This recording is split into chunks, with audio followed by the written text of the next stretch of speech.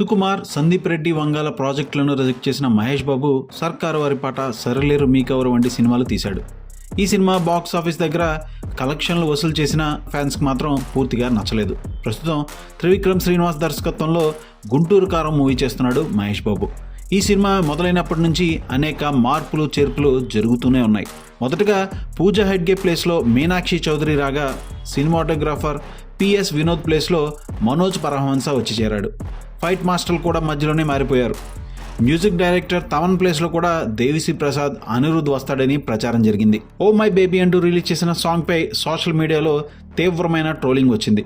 సాహిత్యం బాగాలేదని విమర్శలు తట్టుకోలేక రామజోగయ్య శాస్త్రి ట్విట్టర్ అకౌంట్నే డిలీట్ చేయాల్సిన పరిస్థితి ఏర్పడింది. తాజాగా మూడో సాంగ్ని రిలీజ్ చేసింది గుంటూరు కారం టీం. ఇందులో సోషల్ మీడియాలో ట్రెండ్ అవుతున్న కుర్చీని మడత పెట్టి అనే తాత డైలాగ్ని వాడేశారు. ఒకప్పుడు సినిమాలో వాడిన డైలాగులు, పాటలు సోషల్ మీడియాలో ట్రెండ్ అయ్యేవి. ఇప్పుడు సోషల్ మీడియాలో ట్రెండ్ అవుతున్న డైలాగులను సినిమాల్లో వాడే స్థాయికి మన క్రియేటివ్ డైరెక్టర్లు దిగజారిపోయారు. నితిన్ వంటి హీరోకి ఇలాంటి డైలాగ్స్ వాడితే పర్లేదు. సూపర్ స్టార్ ఇమేజ్ ఉన్న మహేష్ బాబుతో సినిమా చేస్తున్నప్పుడు కూడా ఎంత దిగజారాల్సిన అవసరం ఉందా? పాటల్లో ఇలాంటి బీప్ పద ప్రయోగం జరిగిందంటే అది ఖచ్చితంగా తమన్ పనే. దమ్ మసాలా సాంగ్ కాస్త బాగానే అనిపించినా ఓ మై బేబీ పాటపై తీవ్ర ట్రోలింగ్ వచ్చింది.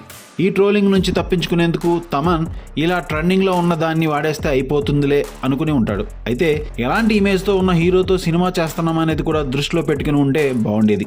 త్రివిక్రమ్ శ్రీనివాస్ చాలా సభలు, సమావేశాల్లో తన స్టైల్లో ఉపన్యాసాలు ఇచ్చి అదరగొడతాడు. ఆ సినిమా టైంలో ఓ బూతు మాట్లాడించి నవ్వించడం ఈజీ. ప్రతి వాళ్ళు నవ్వుతారు. అయితే నవ్విన వెంటనే మనల్ని చాలా తక్కువగా చూస్తారు. కానీ ఓ గొప్ప మాట మాట్లాడితే అది అర్థం కాక వెళ్ళిపోవచ్చు.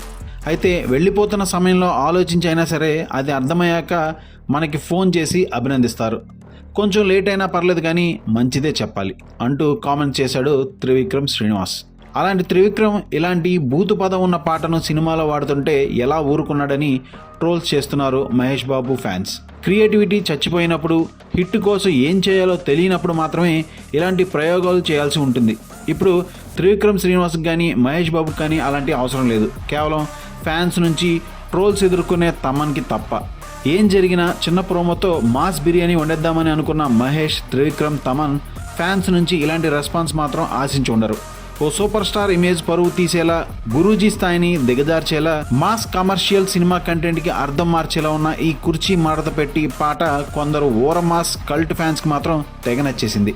మరి మహేష్కి బీభత్సమైన ఫాలోయింగ్ ఉన్న మహిళల పరిస్థితి ఏంటి? వాళ్ళు దీన్ని ఎలా స్వీకరిస్తారు?